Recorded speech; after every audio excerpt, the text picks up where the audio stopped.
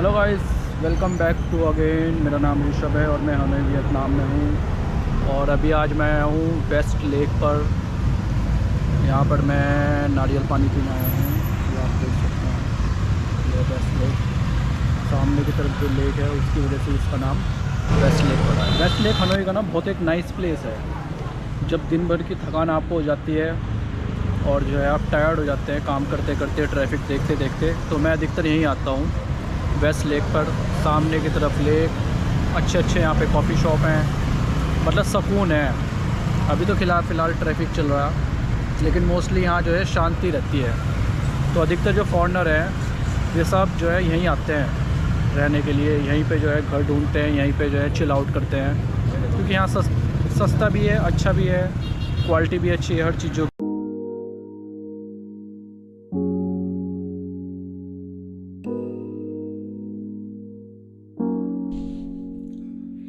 जो वियतनाम आना चाहते हैं। आज उनके लिए मैं एक स्टोरी शेयर करता हूँ। अभी कुछ दिनों पहले मेरा एक फ्रेंड आया था। टाइम हो गया उसे काफ़ी, तो उसने मुझे बताया तो था नहीं, लेकिन अभी मेरी कुछ दिन पहले उससे बात हुई तो उसने मुझे बताया कि उसका आटा ख़त्म हो गया था। तो उसका आटा जो ख़त्म हो गया उसके बाद जो है उसने मार्केट से वो आटा लिया है। वैसे यहाँ आटा ऐसे मिलता नहीं कि आप किसी भी शॉप पे जाओगे तो वहाँ से आटा मिल जाएगा आपको। तो वो शॉप पे गया, वहाँ से वो आटा लिया है। अब वो आटा लिया है तो उससे रोटी नहीं बनी उसकी। चलो जी, रोटी नहीं बनी, उसे आ गया गुस्सा, क्योंकि अब गुस्सा क्या आ गया भाई, शाम के टाइम तक खाना बनाना था उसे। अब ऐसे टाइम पे करे क्या वो। उसके बाद उसने सोचा चल भाई आज क्या चिप्स विप्स खा लो थोड़ा। अब रोटी तो बनी नहीं, चिप्स खा लो। तो वो चिप्स लिया है। अब चिप्स लिया है, चिप्स उसने लगते हुए चेक किया नहीं कि वो कौन सा फ्लेवर है। अब वो फ्लेवर लिया है पोर्क वाला, बीफ वाला, ठीक है। और उसे खाने के बाद फिर उसने चेक किया कि अब यार ये मैंने क्या खा लिया। तो इस तरह की प्रॉब्लम्स आप यहाँ पे झेल सकते हैं। जब उसे पता लग गया कि नहीं मैंने क्या खा लिया ये, उसके बाद जो है लॉकडाउन लग गया।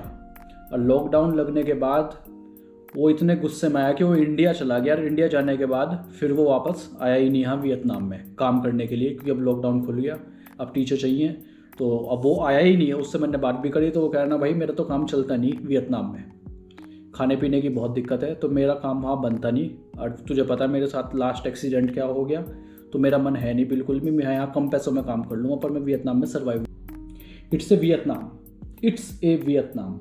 आज मैं इस वीडियो के माध्यम से आपको कुछ चीज़ें बताऊंगा, कुछ डिस्क्राइब करूंगा, कुछ एक्सप्लेन करूंगा वियतनाम के बारे में, क्योंकि मैं पिछले 4 साल से यहाँ पर रह रहा हूँ। तो मुझे वियतनाम के बारे में सब कुछ पता है, किस तरीके से यहाँ सर्वाइव कर सकते हैं इंडियन भारतीय पुरुष, क्योंकि भारतीय पुरुष आदमी ही, लड़के ही यहाँ पर काम करने आते हैं। लेडीज़ के लिए भी बताऊंगा मैं, अपनी बहनों के लिए, माताओं के लिए जो यहाँ पे जॉब करना चाहती है, कि उन्हें किस प्रकार की दिक्कतें हो सकती हैं या वे एडजस्ट कर पाएंगे या नहीं। First thing traffic. अगर आप हनोई की सिटी के अंदर काम करते हैं, हनोई सिटी में काम करते हैं, तो ट्रैफिक एक बहुत बड़ी प्रॉब्लम है। इतना भयंकर ट्रैफिक मैंने कभी नहीं देखा, कभी सामना नहीं किया। मोटरसाइकिल इतनी अंधाधुंध तरीके से चलाते हैं, रेड लाइट ग्रीन लाइट को कोई, अधिकतर जो युवा लड़के हैं, जो यंग लड़के हैं, वे तो चिंता करते ही नहीं। और जो ग्रैब ड्राइवर हैं वे भी चिंता नहीं करते कि रेड लाइट और ग्रीन लाइट का क्या मतलब है।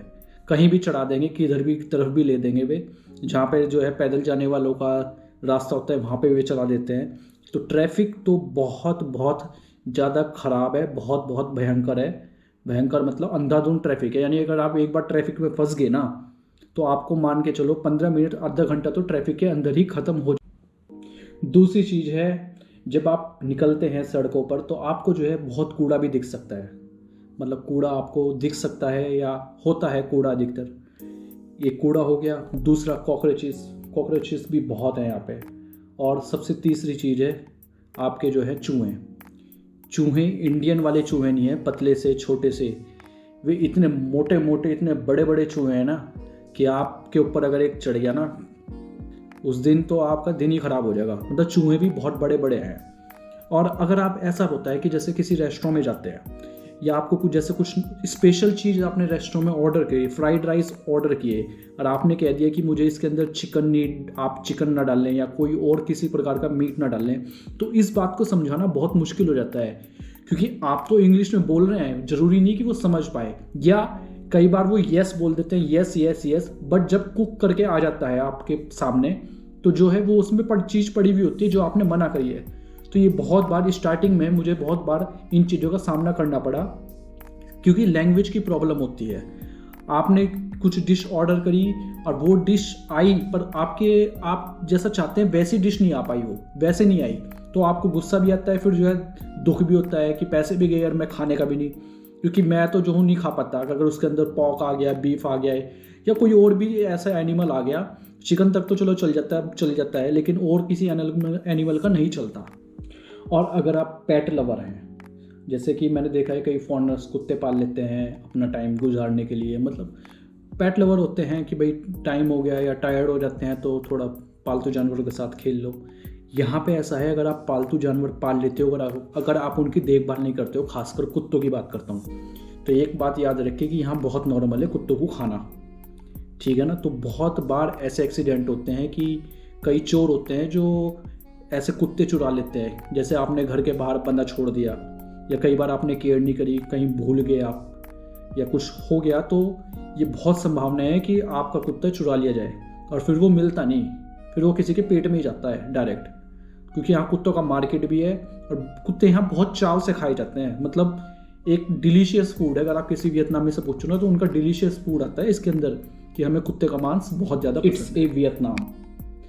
मैं कहना चाह रहा हूँ कि कई बार ना कई चीज़ें आपके अनुसार नहीं होती, आपके अनुरूप नहीं होती। जैसा आपने इंडिया में बचपन से देखा है कि आपकी सारी ख्वाहिशें पूरी हुई, टाइम पे खाना मिला, या आप कभी अपने हॉस्टल में भी रहे या यूनिवर्सिटी में रहे या कहीं इंडिया में आपने कहीं भी जॉब करी है, आपको भोजन आप कहीं भी कुछ भी खा सकते हैं, कोई दिक्कत नहीं है। और किसी प्रकार को आपको जो है ढूंढने में कोई भी चीज़ या कुछ स्नैक्स खाना हो तो आप वो भी आराम से खा सकते हैं। कोई चिप्स हो गया या कुछ भी हो गया, मटरी हो गया, जो आपके मन में आए स्नैक्स आप खा सकते हैं। यहाँ आप स्नैक्स भी नहीं खा सकते, क्योंकि स्नैक्स में भी बहुत अलग अलग तरह का मीट पड़ा हुआ होता है।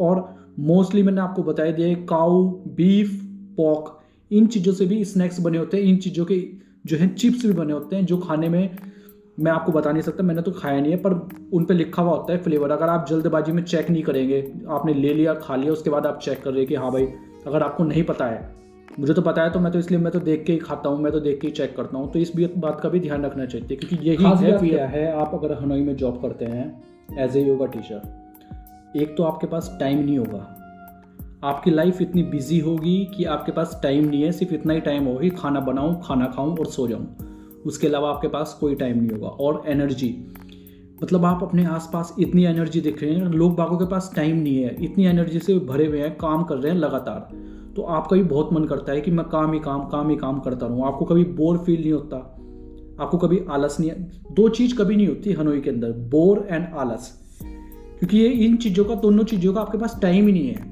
आप अपनी जॉब में इतनी बिजी हो, इतनी चारों तरफ इतनी एनर्जी आप देखते हो कि बस आप जैसे ही आपका काम खत्म हुआ, रात को आप सीधे बेड पे आके सो जाते हो। इसके बीच में आपको ना दवाई लेने का टाइम है, ना सोने का टाइम है। अगर आपको बिजी लाइफ चाहिए, अगर आपको अच्छी एनर्जी वाली लाइफ चाहिए, तो वो यहाँ हनोई के अंदर आपको मिल सकता है। तो अगर आप इन चीज़ों को हैंडल कर सकते हैं तो हनोई वियतनाम शहर आपके लिए बहुत अच्छा है जॉब के लिए और अच्छा सेटल होने के लिए। लेकिन अगर आप फ्लेक्सिबल नहीं हैं, आपकी लाइफ में संतुलन नहीं है, आपको सब कुछ परफेक्ट चाहिए, एकदम टॉप नॉच, तो फिर मुझे नहीं लगता कि हनोई शहर या वियतनाम आपके लिए एक अच्छी कंट्री है जॉब करने के लिए, क्योंकि ये यूरोप जैसी कंट्री नहीं है।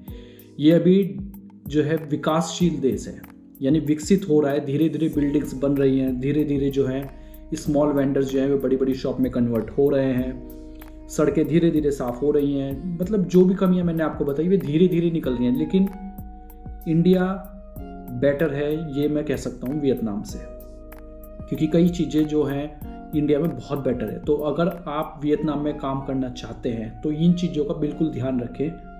और अगर आप जो है अपने कंफर्ट जोन से निकलना चाहते हैं, अगर आप एक जो कंफर्ट बबल होता है ना उसे तोड़कर बाहर निकलना चाहते हैं, तो वियतनाम, हनोई पैसा कमाने के हिसाब से लाइफस्टाइल बहुत अच्छी है, लेकिन हर जगह कुछ ना कुछ प्रॉब्लम्स तो आपको मिलेंगी।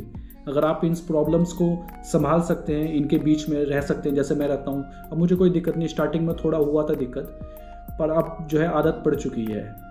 तो ये सब चीज़ें जो है आपको सड़कों पे दिखाई देगी, क्योंकि आप जो है 24 घंटे तो कमरों में रहेंगे नहीं, अपने घरों में रहेंगे नहीं, बाहर आप जॉब भी करेंगे, बहुत कुछ आपको अच्छा भी लगेगा, बहुत कुछ आपको बुरा भी लगेगा, बहुत कुछ नया एक्सपीरियंस आपको सीखने को मिलेगा जब आप ऐसे शहरों में आते हैं। मेरी पसंद आई होगी, अगर आई है तो लाइक करें, शेयर करें, सब्सक्राइब करें, मुझे पता है आप जो है सब वीडियो देखते हैं पर जो है सब्सक्राइब बहुत कम करते हैं। Please subscribe my channel. Thank you so much. Bye bye.